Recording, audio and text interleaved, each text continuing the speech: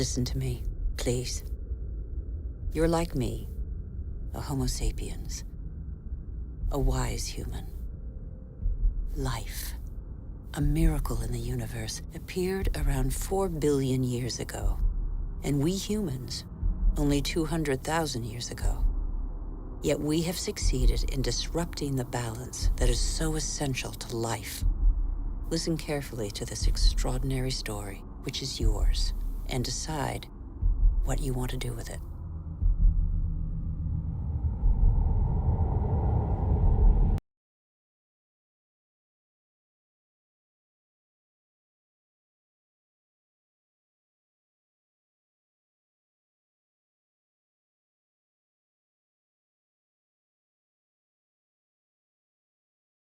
At the beginning, our planet was no more than a chaos of fire.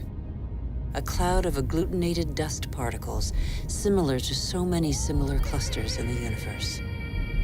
Yet this was where the miracle of life occurred.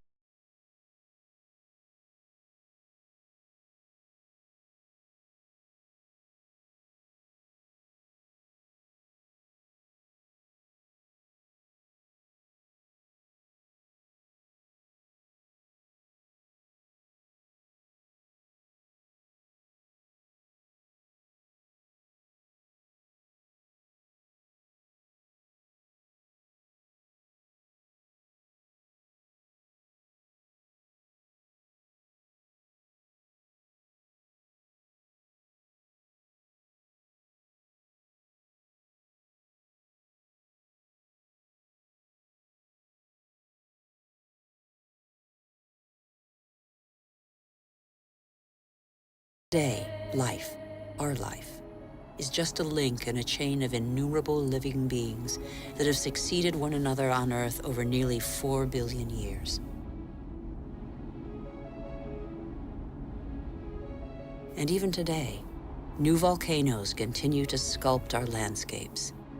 They offer a glimpse of what our Earth was like at its birth. Molten rock surging from the depths, solidifying, cracking, blistering or spreading in a thin crust before falling dormant for a time.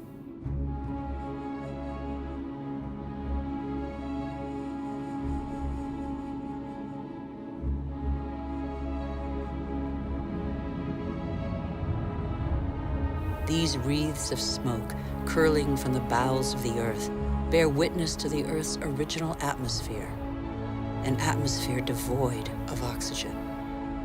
A dense atmosphere, thick with water vapor, full of carbon dioxide. A furnace.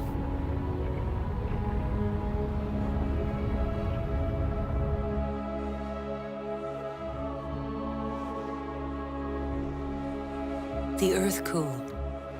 The water vapor condensed and fell in torrential downpours. At the right distance from the sun, not too far, not too near, the Earth's perfect balance enabled it to conserve water in liquid form. The water cut channels. They are like the veins of a body, the branches of a tree, the vessels of the sap that the water gave to the Earth.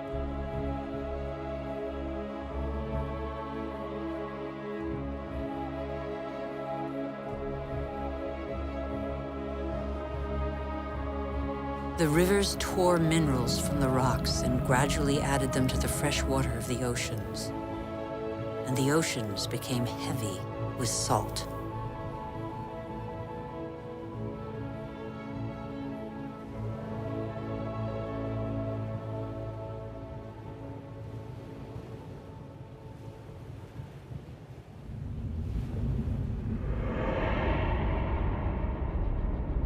Where do we come from?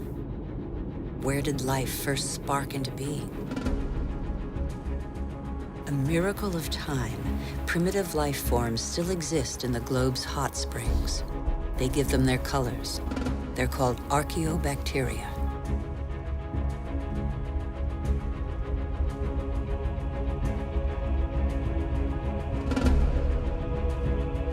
They all feed off the Earth's heat. All except the cyanobacteria, or blue-green algae. They alone have the capacity to turn to the sun to capture its energy. They are a vital ancestor of all yesterday's and today's plant species.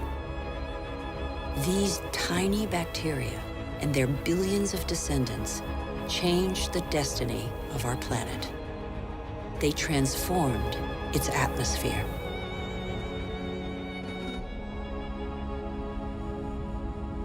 What happened to the carbon that poisoned the atmosphere? It's still here, imprisoned in the Earth's crust. Here, there once was a sea inhabited by microorganisms. They grew their shells by tapping into carbon from the atmosphere dissolved in the ocean. These strata are the accumulated shells of those billions and billions of microorganisms.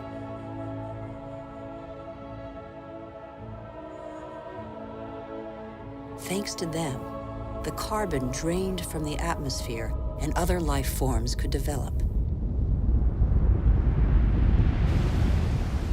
It is life that altered the atmosphere. Plant life fed off the sun's energy, which enabled it to break apart the water molecule and take the oxygen. And oxygen filled the air. The Earth's water cycle is a process of constant renewal. Waterfalls, water vapor, clouds, rain, springs, rivers, seas, oceans, glaciers. The cycle is never broken. There's always the same quantity of water on Earth. All the successive species on Earth have drunk the same water. The astonishing matter that is water, one of the most unstable of all. It takes a liquid form as running water, gaseous as vapor, or solid.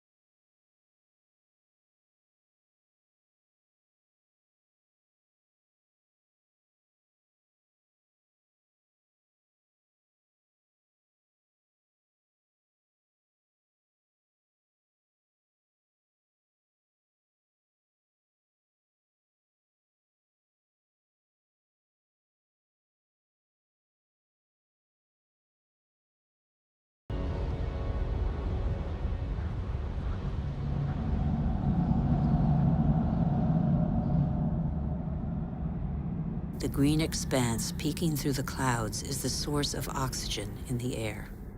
7billions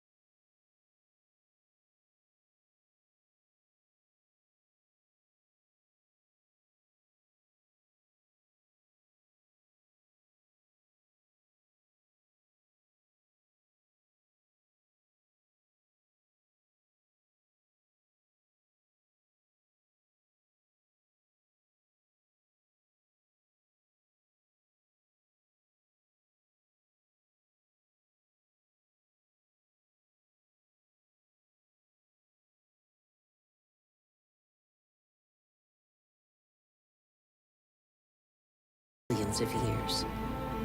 It took more than 4 billion years for it to make trees.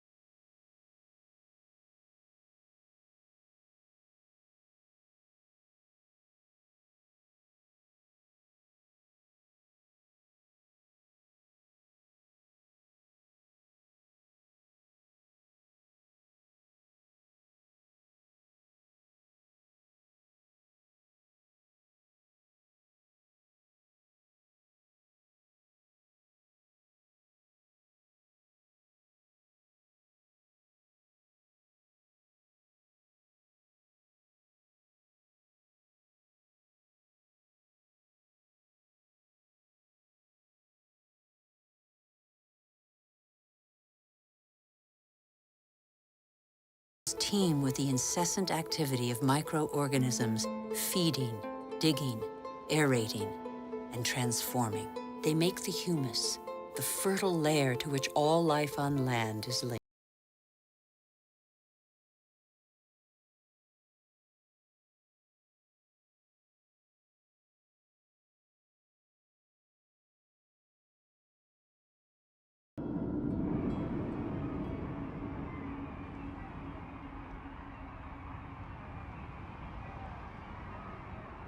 What do we know about life on Earth? How many species are we aware of? 1/10 of them? 100th, perhaps? What do we know about the bonds that link them?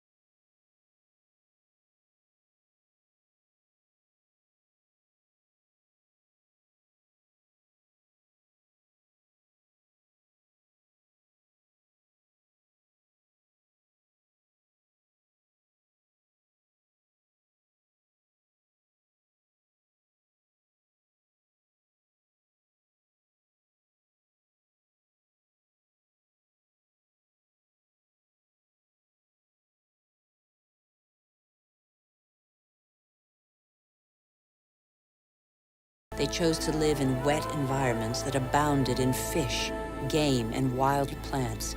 There where land, water, and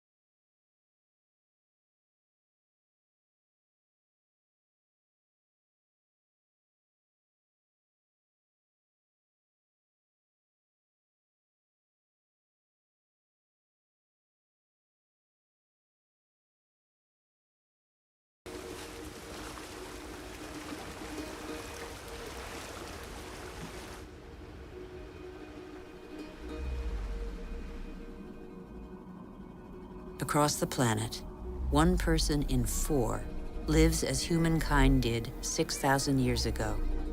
Their only energy, that which nature provides.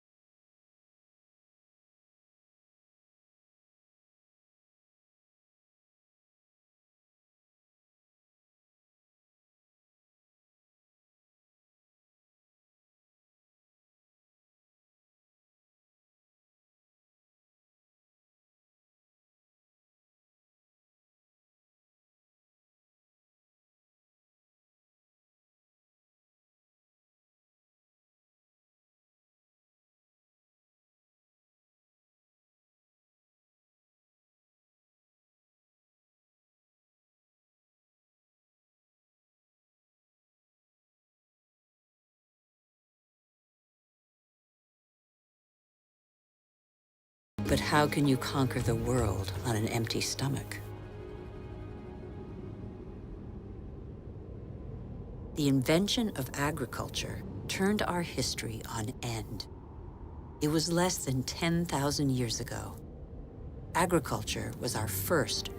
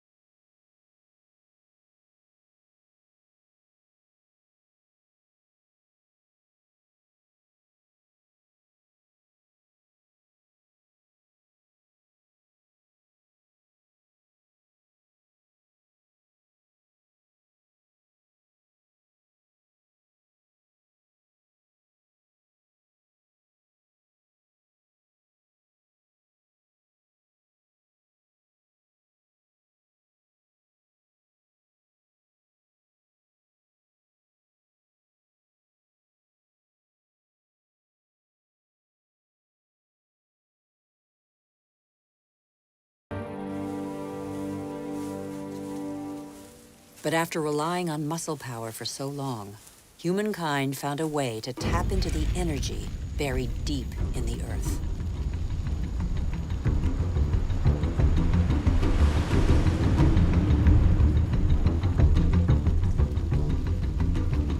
These flames are also from plants, a pocket of sunlight, pure energy, the energy of the sun, captured over millions of years by millions of plants more than 100 million years ago. It's coal, it's gas, and above all,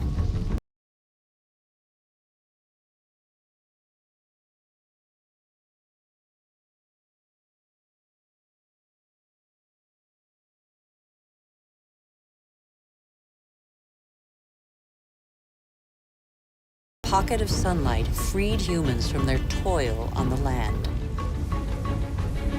With oil began the era of humans who break free of the shackles of time. With oil, some of us acquired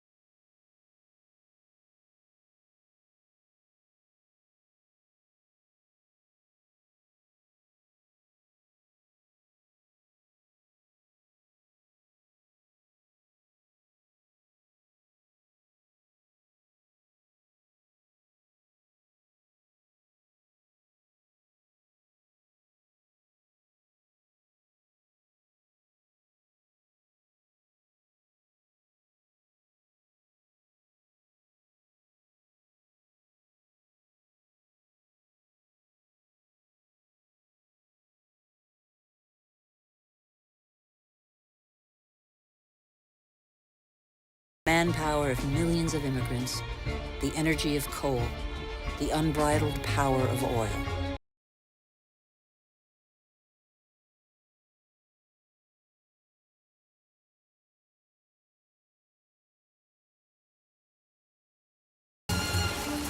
America was the first to harness the phenomenal, revolutionary power of black gold. In the fields, machines replaced men. A liter of oil generates as much energy as 100 pairs of hands in 24 hours. In the United States, only 3 million farmers are left. They produce enough grain to feed 2 billion people. But most of that grain is not used to feed people. Here, and in all other industrialized nations, it's transformed into livestock feed, or biofuels.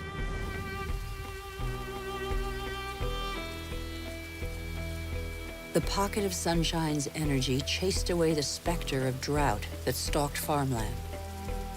No spring escapes the demands of agriculture, which accounts for 70% of humanity's water consumption. In nature, everything is linked. The expansion of cultivated land and single-crop farming encouraged the development of parasites. Pesticides, another gift of the petrochemical revolution, exterminated them. Bad harvests and famine became a distant memory. The biggest headache now was what to do with the surpluses engendered by modern agriculture. But toxic pesticides seeped into the air, soil, plants, animals, rivers, and oceans. They penetrated the heart of cells similar to the mother cell that is shared by all forms of life. Are they harmful to the humans that they released from hunger? These farmers, in their yellow protective suits, probably have a good idea.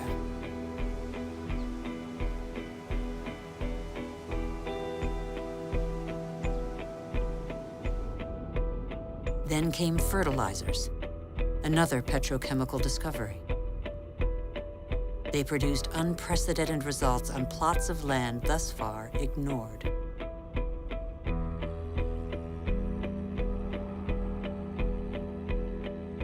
Crops adapted to soils and climates gave way to the most productive varieties and the easiest to transport.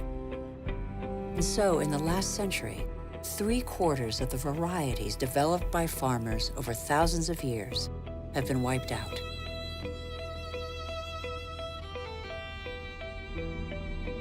As far as the eye can see, fertilizer below, plastic on top. The greenhouses of Almeria in Spain are Europe's vegetable garden. A city of uniformly sized vegetables waits every day for the hundreds of trucks that will take them to the continent's supermarkets. The more a country develops, the more meat its inhabitants consume.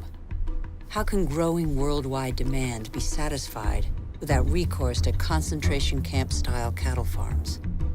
Faster and faster, like the life cycle of livestock which may never see a meadow. Manufacturing meat faster than the animal has become a daily routine. In these vast food lots trampled by millions of cattle, not a blade of grass grows.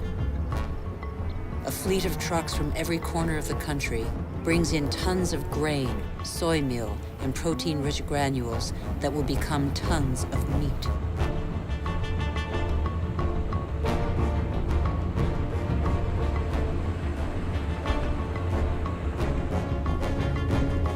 The result is that it takes 100 liters of water to produce 1 kilogram of potatoes, 4,000 liters for 1 kilo of rice, and 13,000 liters for 1 kilo of beef, not to mention the oil guzzled in the production process and transport.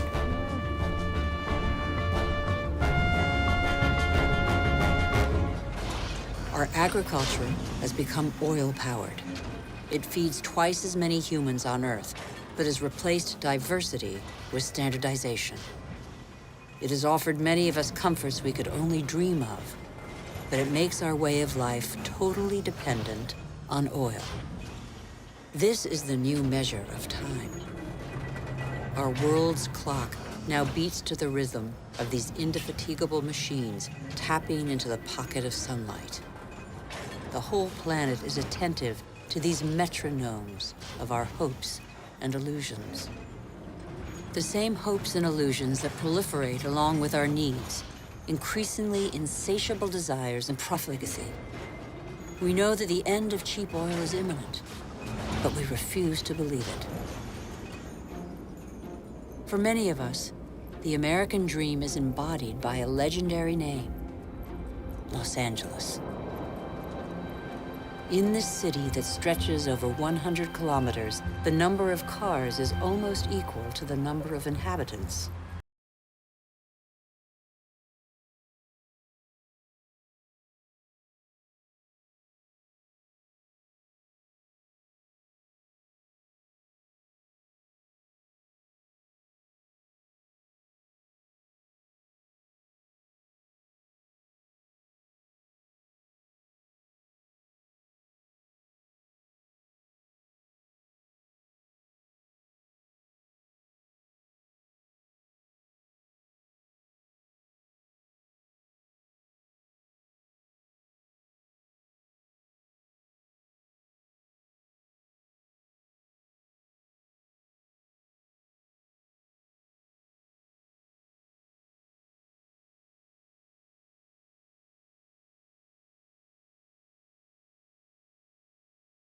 The model of a lucky few countries has become a universal dream preached by televisions all over the world.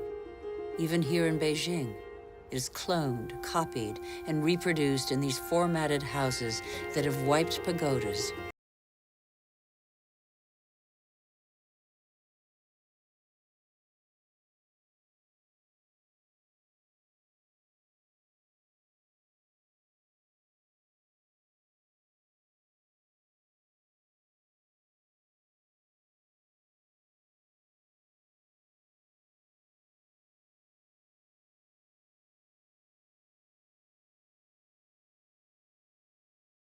Develops the greater its thirst for energy.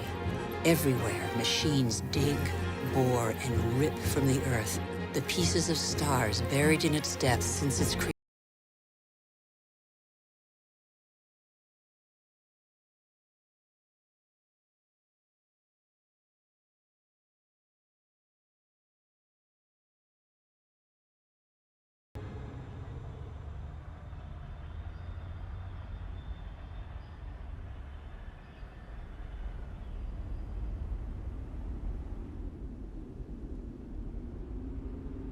As a privilege of power, 80% of this mineral wealth is consumed by 20% of the world's population. Before the end of this century, excessive mining will have exhausted nearly all the planet's reserves.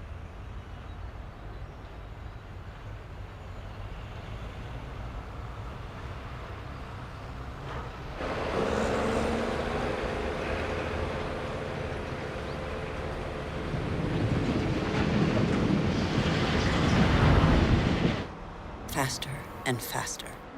Shipyards churn out oil tankers, container ships, and gas tankers to cater for the demands of globalized industrial production. Most consumer goods travel thousands of kilometers from the country of production to the country of consumption. Since 1950, the volume of international trade has increased 20 times over.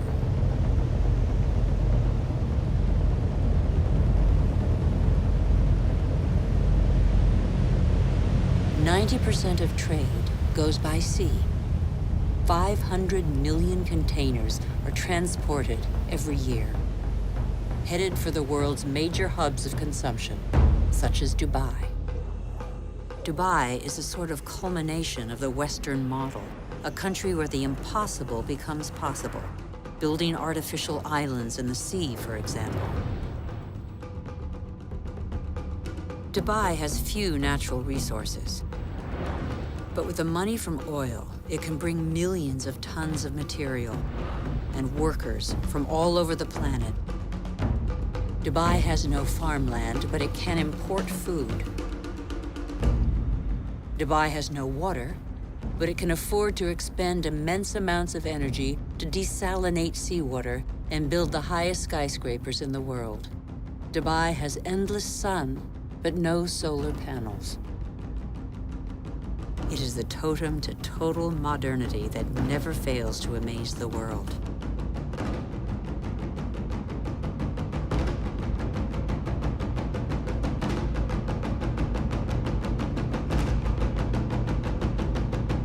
Dubai is like the new beacon for all the world's money.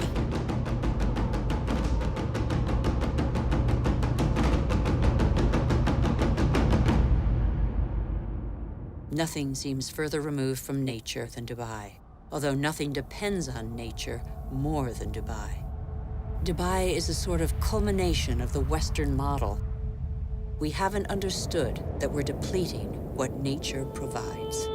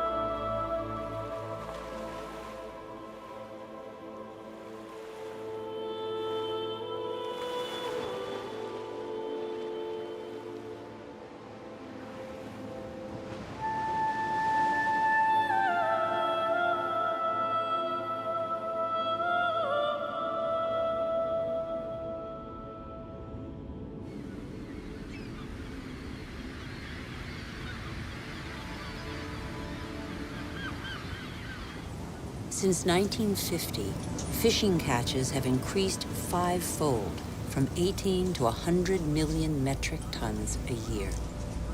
Thousands of factory ships are emptying the oceans. 3/4 of fishing grounds are exhausted, depleted, or in danger of being so. Most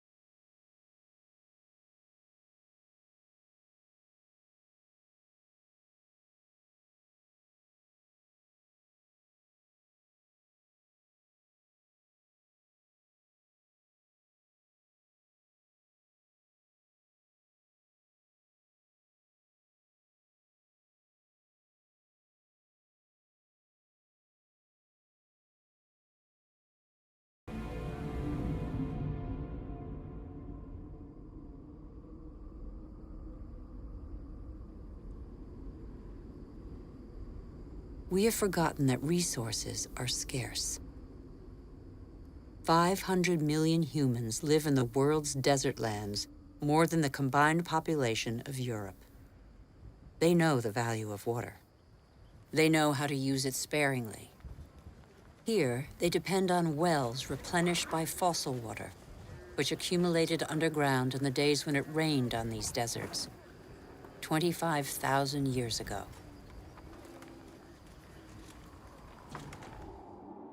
Fossil water also enables crops to be grown in the desert to provide food for local populations. The field's circular shape derives from the pipes that irrigate them around a central pivot. But there is a heavy price to pay. Fossil water is a non-renewable resource.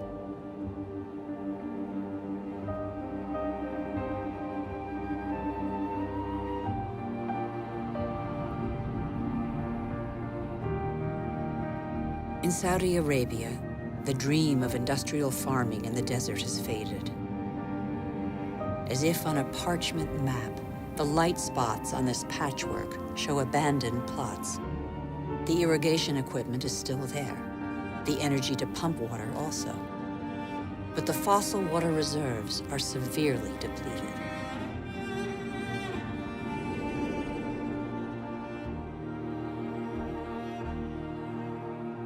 Israel turned the desert into arable land.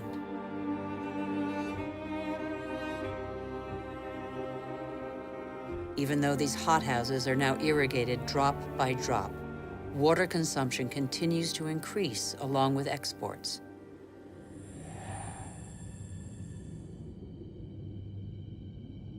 The once mighty River Jordan is now just a trickle. Its water has flown to supermarkets all over the world in crates of fruit and vegetables.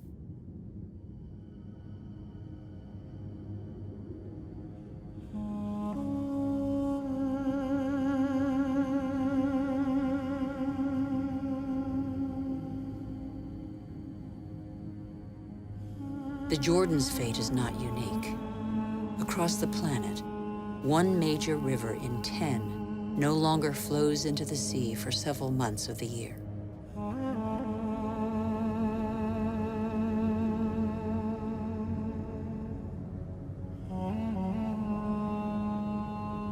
Deprived of the Jordan's water, the level of the Dead Sea goes down by over 1 meter per year.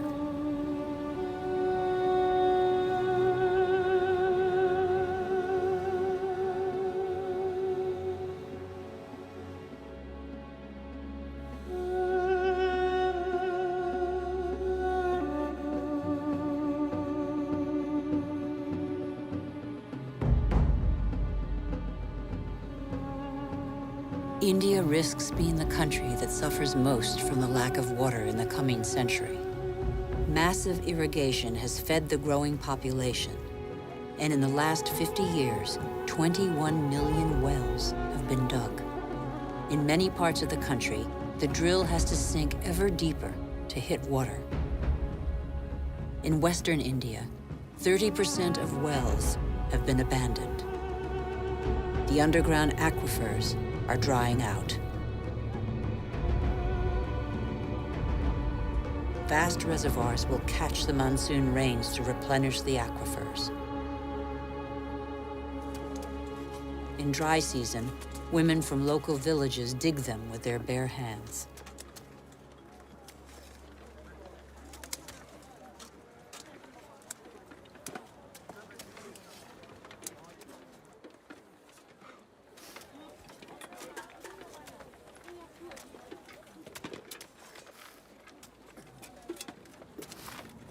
Thousands of kilometers away, 800 to 1,000 liters of water are consumed per person per day.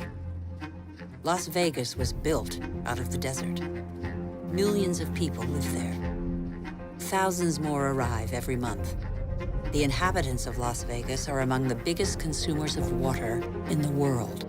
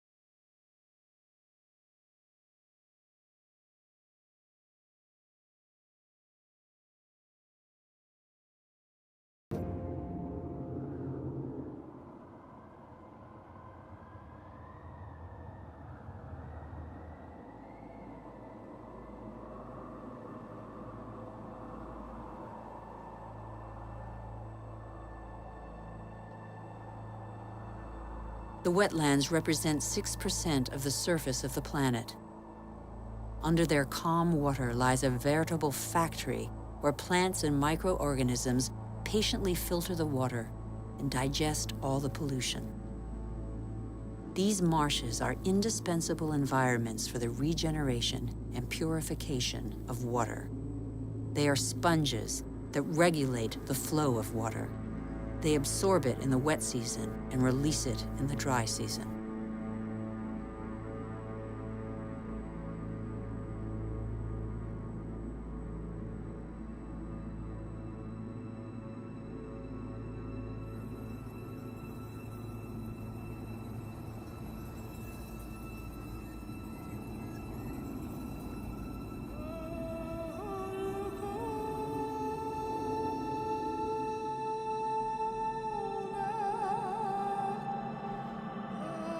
In our race to conquer more land, we have reclaimed them as pasture for our livestock, or as land for agriculture or building. In the last century, half of the world's marshes were drained. We know neither their richness nor their role.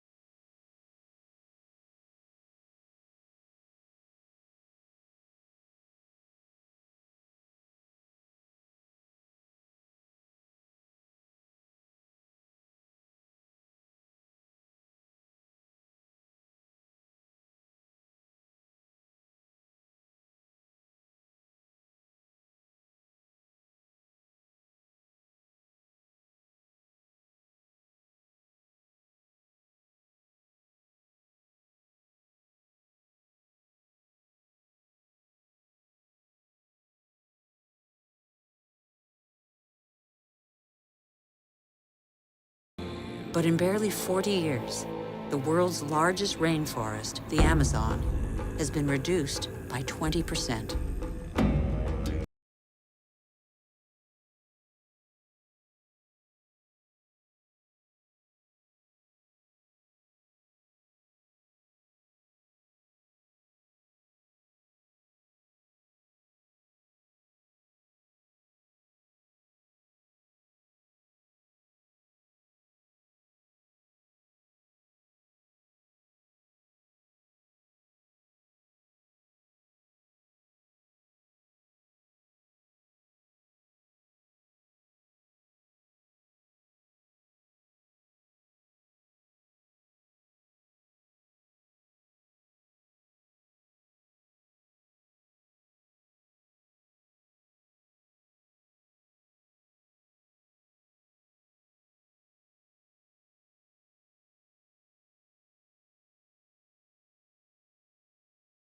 Living matter bonds water, air, earth, and the sun. In Borneo, this bond has been broken in what was one of the Earth's greatest reservoirs of biodiversity.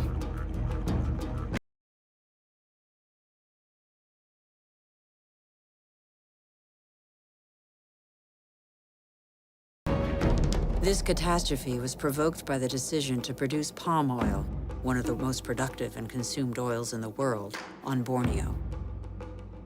Palm oil not only caters to our growing demand for food, but also cosmetics, detergents, and increasingly, alternative fuels. The forest diversity was replaced by a single species, the oil palm. For local people, it provides employment. It is an agricultural industry.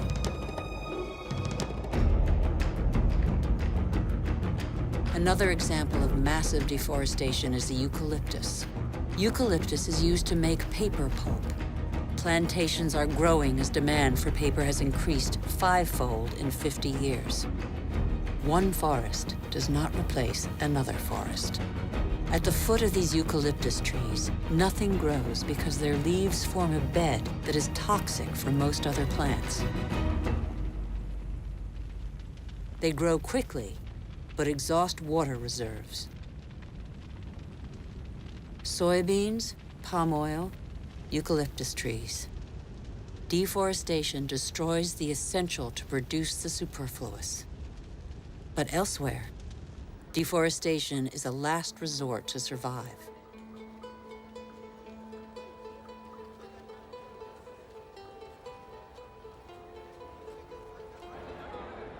Over 2 billion people, almost a third of the world's population, still depend on charcoal.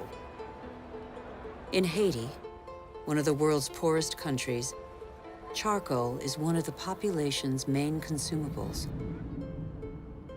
Once the pearl of the Caribbean, Haiti can no longer feed its population without foreign aid.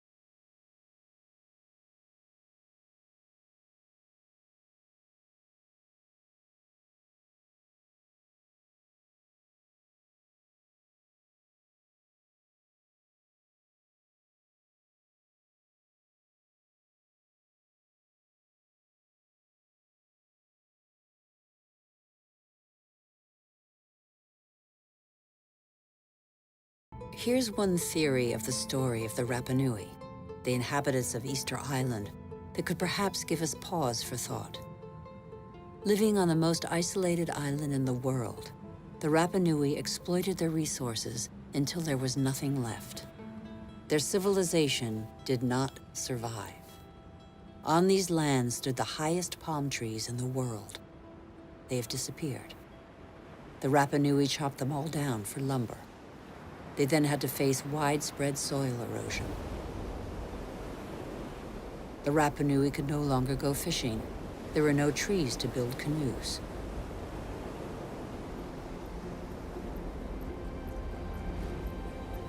And yet the Rapa Nui formed one of the most brilliant civilizations in the Pacific. Innovative farmers, sculptors, exceptional navigators. They were caught in the vice of overpopulation and dwindling resources. They experienced social unrest, revolts, and famine. Many did not survive the cataclysm.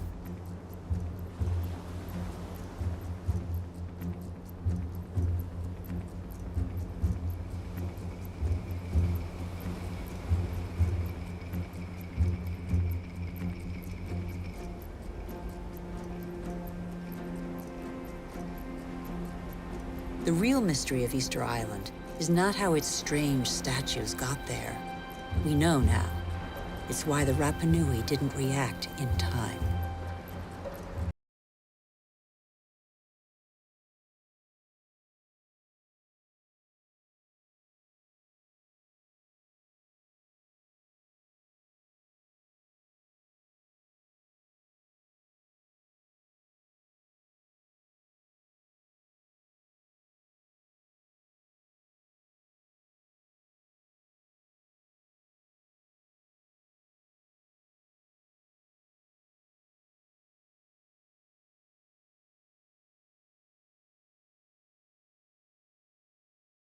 In 1950, we have more fundamentally altered our island, the Earth, than in all of our 200,000-year history.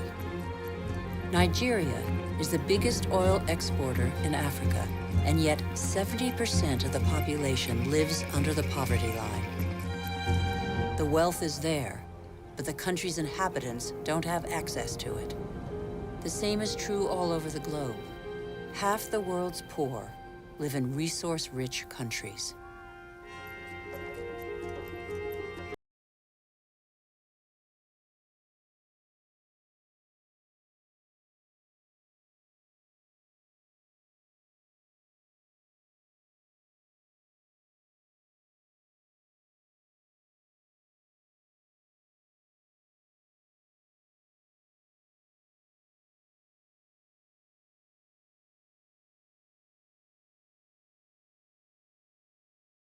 Disparities be maintained.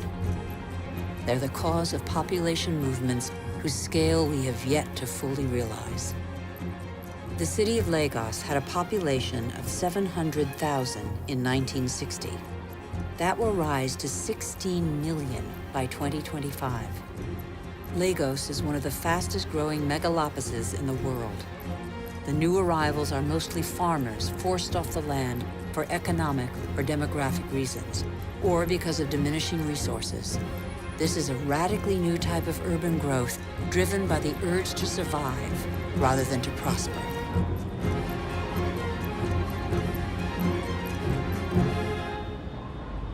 Every week, over 1 million people swell the populations of the world's cities.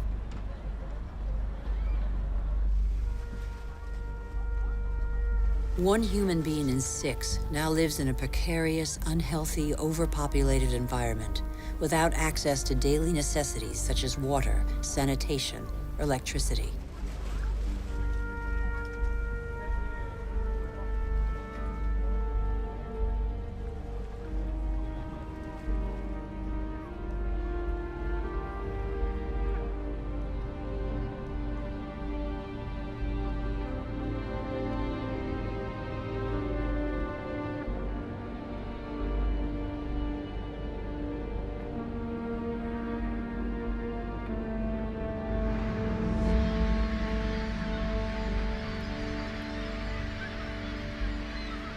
Hunger is spreading once more. It affects nearly 1 billion people.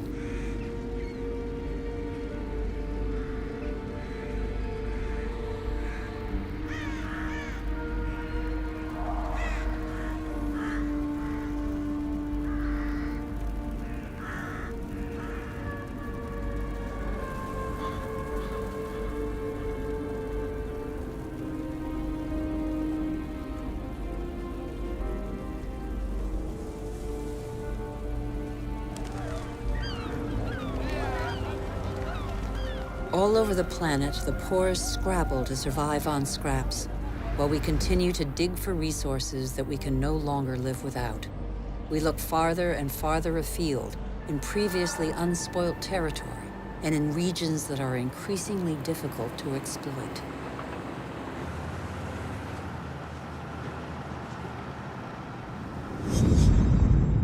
We're not changing our model. Oil might run out. We can still extract oil from the tar sands of Canada. The biggest trucks in the world move thousands of tons of sand. The process of heating and separating bitumen from the sand requires millions of cubic meters of water.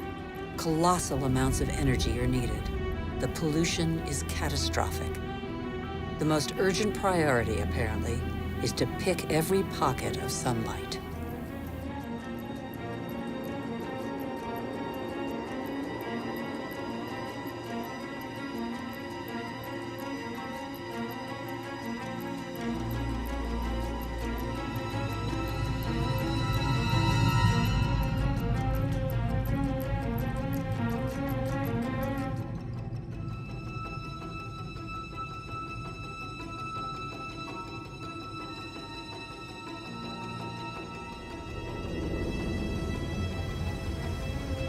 Our oil tankers are getting bigger and bigger.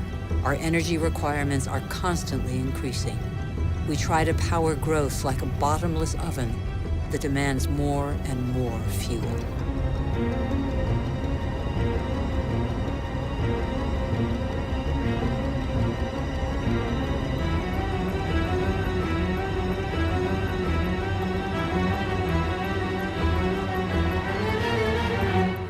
It's all about carbon. In a few decades, the carbon that made our atmosphere a furnace and that nature captured over millions of years, allowing life to develop, will have largely been pumped back out. The atmosphere is heating up. It would have been inconceivable for a boat to be here just a few years ago. Transport, industry, deforestation, agriculture. Our activities release gigantic quantities of carbon dioxide. Without realizing it, molecule by molecule, we have upset the Earth's climatic balance. All eyes are on the poles, where the effects of global warming are most visible. It's happening fast, very fast. The Northwest Passage that connects America, Europe, and Asia via the pole is opening up. The Arctic ice cap is melting. Under the effect of global warming, the ice cap has lost 40% of its thickness in 40 years. Its surface area in the summer shrinks year by year. It could disappear in the summer months by 2030. Some say 2015.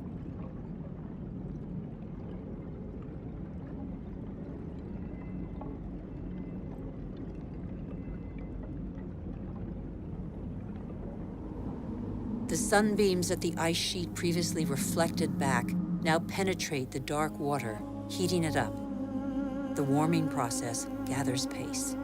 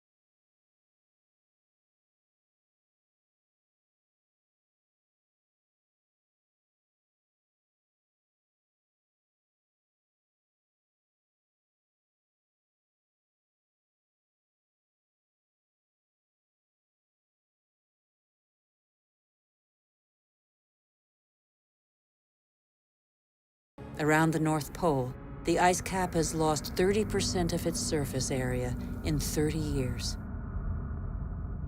But as Greenland rapidly becomes warmer, the fresh water of a whole continent flows into the salt water of the oceans.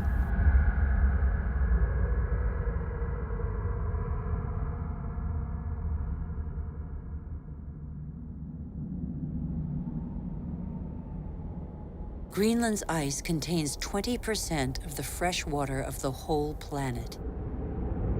If it melts, sea levels will rise by nearly 7 meters.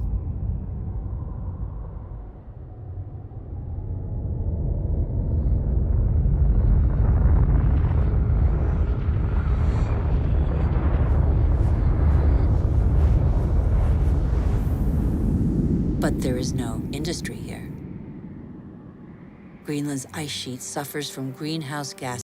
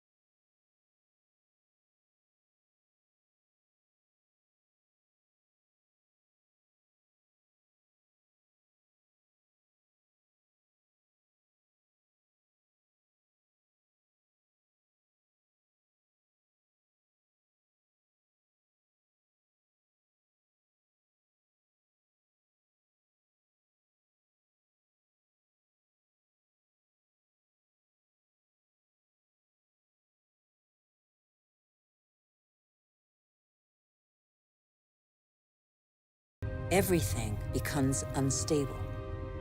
Coral reefs, for example, are extremely sensitive to the slightest change in water temperature. 30% have disappeared. They are an essential link in the chain of species.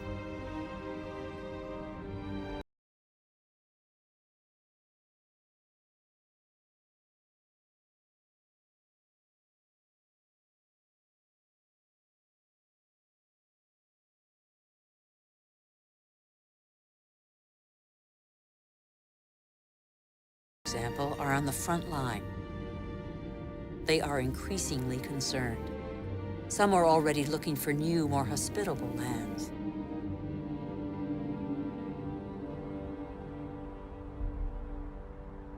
If sea levels continue to rise faster and faster, what will major cities like Tokyo, the world's most populous city, do? Every year, scientists' predictions become more and more alarming. 70% of the world's population lives on coastal plains. 11 of the 15 biggest cities stand on a coastline or river estuary. As the seas rise, salt will invade the water table, depriving inhabitants of drinking water. Migratory phenomena are inevitable. The only uncertainty concerns their scale.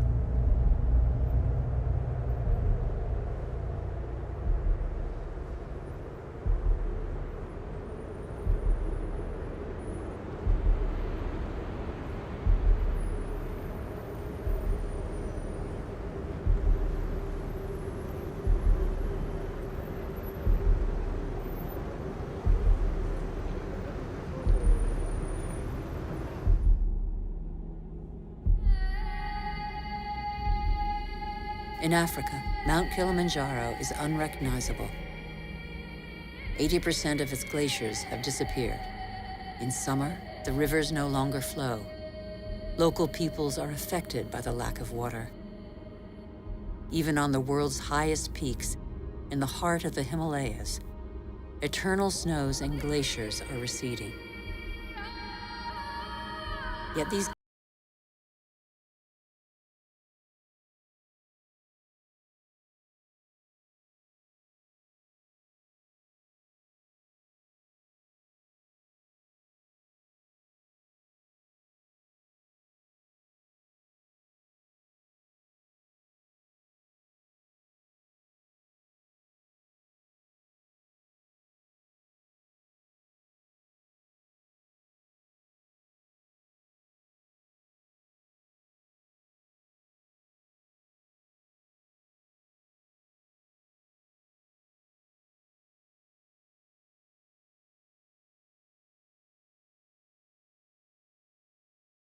Bangladesh is directly affected by the phenomena occurring in the Himalayas and at sea level. This is one of the most populous and poorest countries in the world. It is already hit by global warming. The combined impact of increasingly dramatic floods and hurricanes could make a third of its landmass disappear. When populations are subjected to these devastating phenomena, they eventually move away.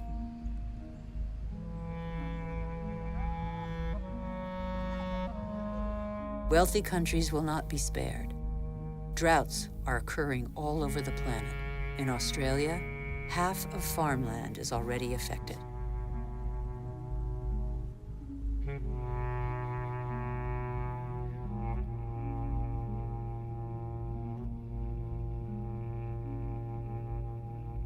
We are in the process of compromising the climactic balance that has allowed us to develop over 12,000 years.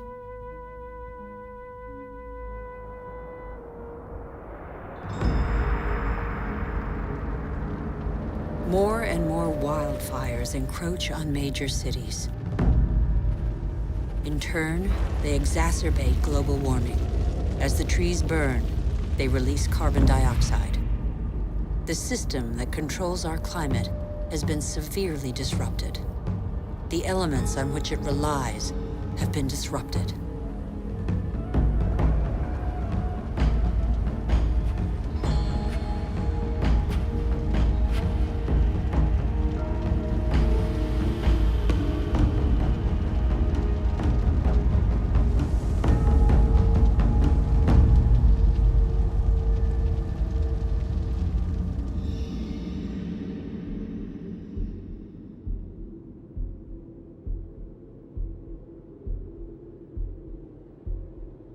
The clock of climate change is ticking in these magnificent landscapes.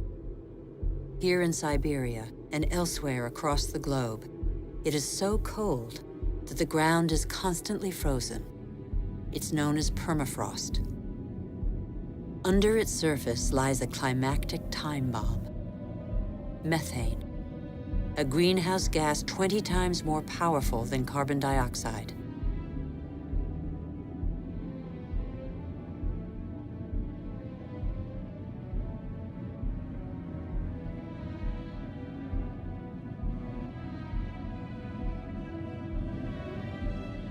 If the permafrost melts, the methane released would cause the greenhouse effect to race out of control with consequences no one can predict.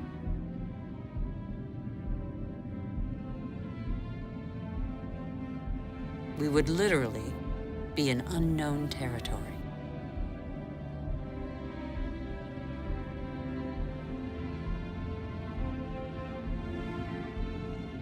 Humanity has no more than 10 years to reverse the trend and avoid crossing into this territory, life on Earth as we have never known it.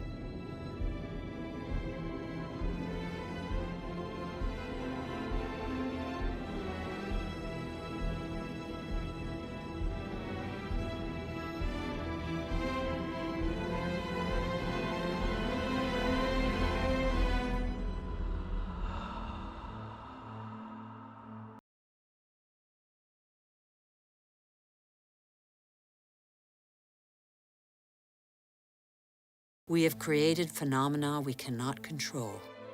Since our origins, water, air, and forms of life are intimately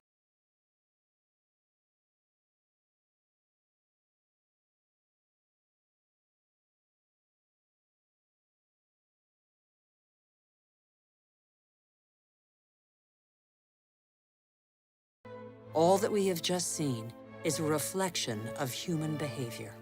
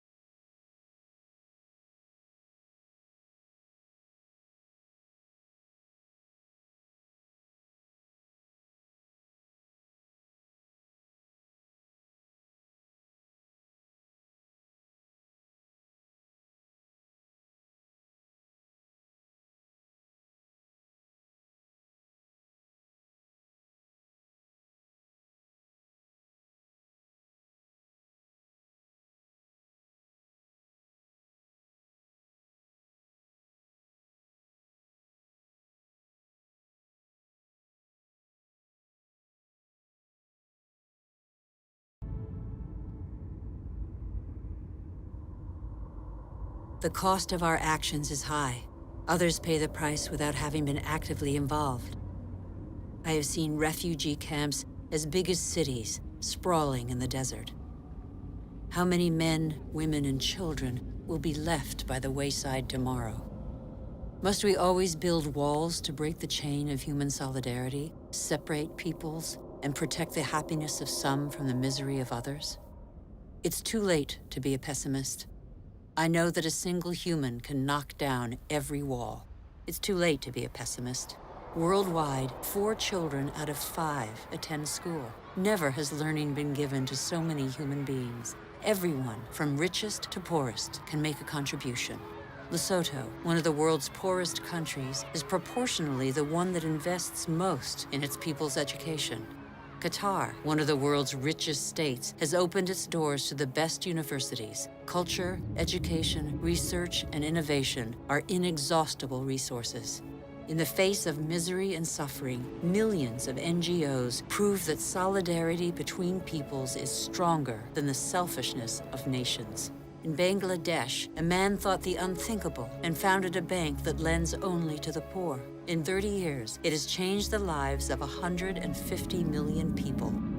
Antarctica is a continent with immense natural resources that no country can claim for itself, a natural reserve devoted to peace and science. A treaty signed by 49 states has made it a treasure shared by all humanity.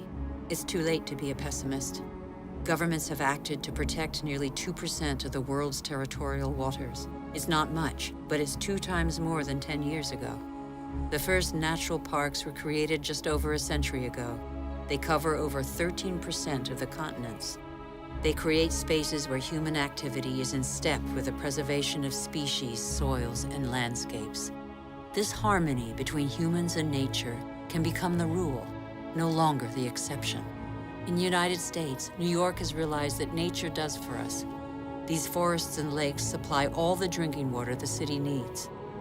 In South Korea, the forests have been devastated by war. Thanks to a national reforestation program, they once more cover 65% of the country. More than 75% of paper is recycled. Costa Rica has made a choice between military spending and the conservation of its lands. The country no longer has an army. It prefers to devote its resources to education, ecotourism, and the protection of its primary forest. Gabon is one of the world's leading producers of wood. It enforces selective logging, not more than 1 tree every hectare. Its forests are one of the country's most important economic resources, but they have the time to regenerate. Programs exist that guarantee sustainable forest management. They must become mandatory. For consumers and producers, justice is an opportunity to be seized. When trade is fair, when both buyer and seller benefit, everybody can prosper and earn a decent living.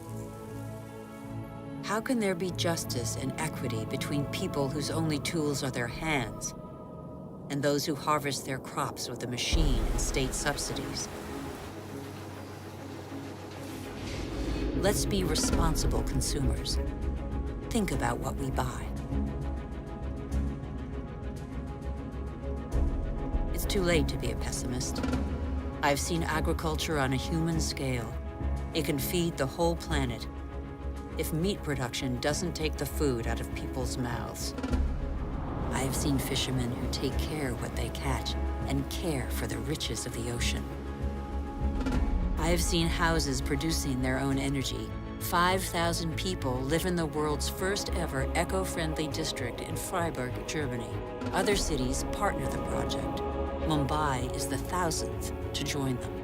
The governments of New Zealand, Iceland, Austria, Sweden, and other nations have made the development of renewable energy sources a top priority. I know that 80% of the energy we consume comes from fossil energy sources. Every week, 2 new coal-fired generating plants are built in China alone. But I have also seen, in Denmark, a prototype of a coal-fired plant that releases its carbon into the soil rather than the air. A solution for the future? Nobody knows yet.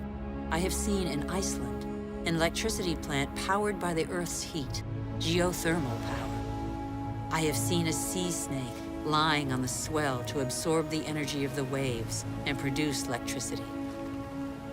I have seen wind farms off the coast of Denmark that produce 20% of the country's electricity. The USA, China, India, Germany, and Spain are the biggest investors in renewable energy. They have already created over 2.5 million jobs. Where on earth doesn't the wind blow? I have seen desert expanses baking in the sun. Everything on Earth is linked, and the Earth is linked to the sun, its original energy source. Can humans not imitate plants and capture its energy? In 1 hour, the sun gives the Earth the same amount of energy as that consumed by all humanity in 1 year.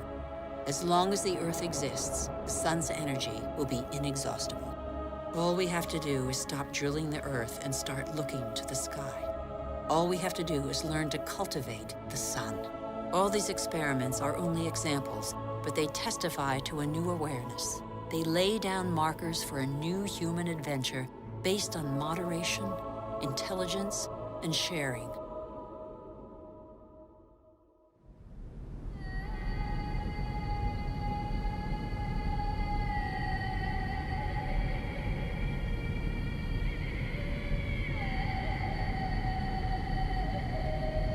It's time to come together. What's important is not what's gone, but what remains. We still have half the world's forests, thousands of rivers, lakes, and glaciers, and thousands of thriving species. We know that the solutions are there today. We all have the power to change. So what are we waiting for?